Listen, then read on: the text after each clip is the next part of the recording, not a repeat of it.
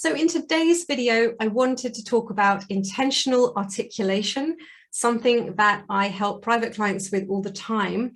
But I wanted to share with you something that I hope is going to really help you and be a game changer if you struggle with lack of clarity in your voice, even things like power. If you feel your voice lacks power, actually bringing more awareness to your articulation is so important. So articulation is the production of sounds that we use in speech, and that is essentially consonants and vowels. And they are primarily coordinated using our articulators, which is the tongue, the lips, the jaw, and the soft palate. These articulators are the main ones that actually are the moving pieces to articulation. As you'll see later on, there are other articulators, but they don't move themselves. So to put it very simply, consonants carry sort of sense and meaning, and vowels carry emotion. So when we either notice in someone else that we struggle to understand what they're saying, or we know in ourselves that we mumble a little bit when we speak, or people have said they can't understand us, when it's to do with sort of sense and meaning, it's usually a consonant clarity issue. And so what I'm going to take you through today is how to bring more awareness and clarity to your consonants. Now, I just want to preface this by saying we're talking about consonants in the English language here. But also what I would also like to say too is that it doesn't matter what your accent is. As long as you're speaking English, your accent doesn't matter because you still create consonants in the same place. So there are 21 consonants in the English language, and there are essentially 9 placement areas in the vocal tract that we use to create these consonants. And that's what we're going to go through today, because bringing awareness and clarity and isolation to these different areas will really make a profound impact in the clarity and intelligibility in your voice. Consonants can either partially or fully obstruct the airflow, and they can be voiced or unvoiced. And again, I will take you through some of that in a minute, but essentially what we mean by voiced and unvoiced is voiced is where the vocal folds or the vocal cords are actually vibrating, and unvoiced means they're not vibrating. So you may have never thought about this before, but I will give you some examples as we go through.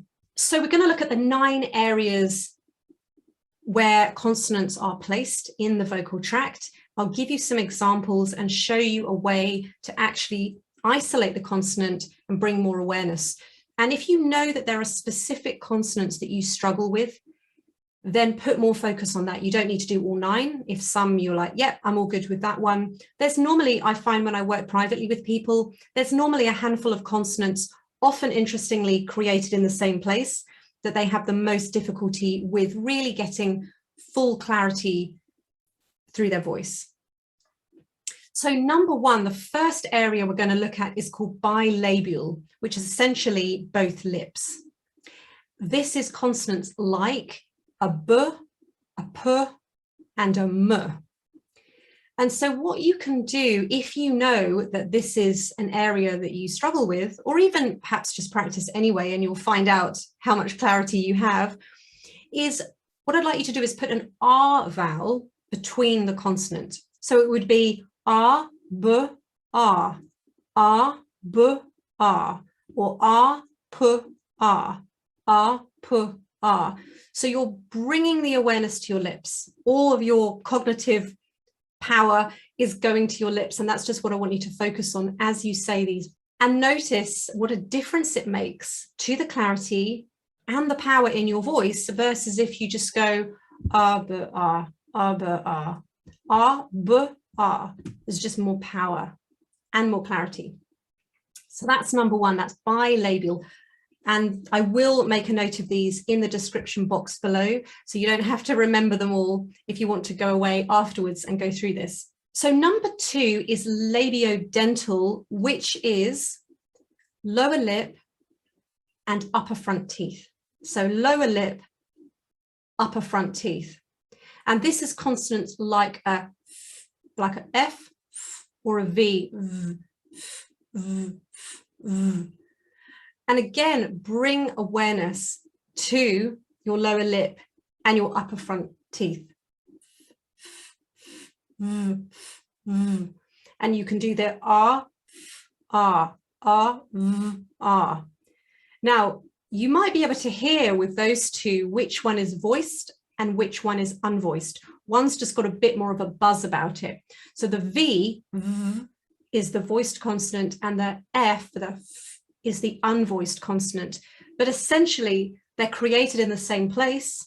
The placement is the same, but just one, the vocal folds are vibrating, and the other one, they're not.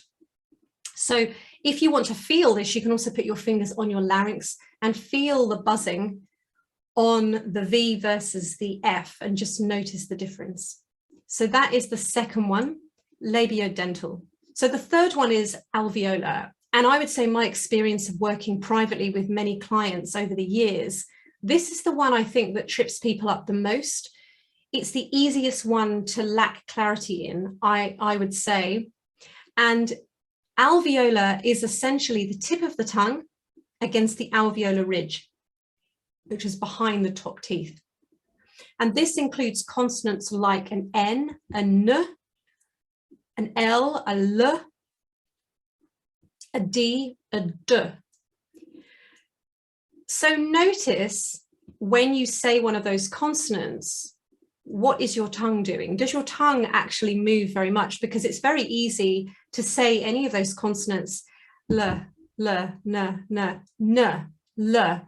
One brings the sound more forward and instantly gives your voice more power and clarity. And the other one, it tends to kind of pull the sound back and we tend to lack clarity and almost the voice can become mushy. Now, particularly with these consonants, if they are at the end of words, it can often get lost. So again, just notice in your own voice, is this something that you feel lacks a bit of clarity? Perhaps there's a mushiness in your voice in these types of consonants. So tip of the tongue against the alveolar ridge, and that is D, T, L, S, N. Those types of consonants are ones that we produce in that space. Number 4 is back of tongue and soft palate. And you may not realize that your soft palate, which is that bit that hangs down at the back of your throat, actually moves. So consonants in this part of the voice would be things like a G, a G, and a K, a K, G and K. And what happens is there's almost like a kissing at the back of the throat and the soft palate. G, K is what's happening. So again, you can isolate it by putting the R vowel, R, G, R, and hopefully you can instantly feel this movement in the back of your throat as you say those consonants. So really, really interesting exercise in awareness. And I often get my private clients to do this, like, tell me what you're feeling, tell me what you're noticing, because often when we're speaking, we really do lack a lot of awareness in our voice. We just think it's just the way it is. And so actually one of my goals with people is to bring awareness to their voice.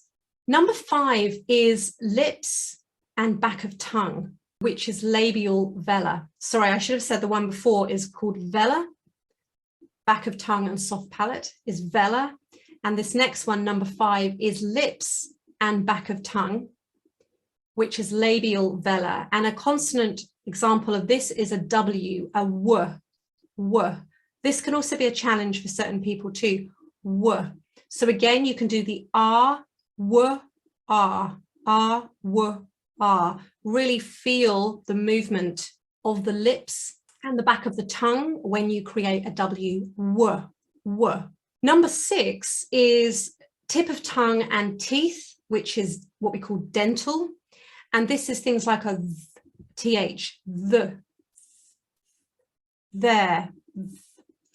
And again, notice what happens. So again, this one can be quite easy to be kind of mushy and lack clarity. So number 7 is tip of tongue and hard palate. And this is what we call post-alveolar. So this is things like a J, a J, or a SH, a sh, j, sh, j, sh, sh. And just notice what you feel in your mouth when you say those consonant sounds.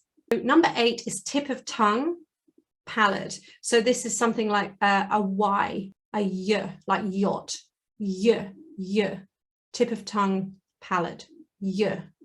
Again, notice what's happening. This is all about building awareness, which is the first stage in any kind of change.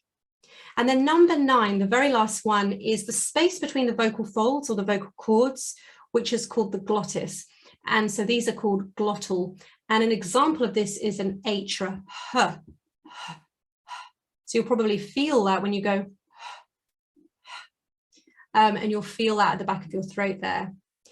So the idea of this is just to start to bring awareness. Which of these placement areas do you feel that you lack clarity in, that you lack awareness in, and put your focus on that and just start to practice.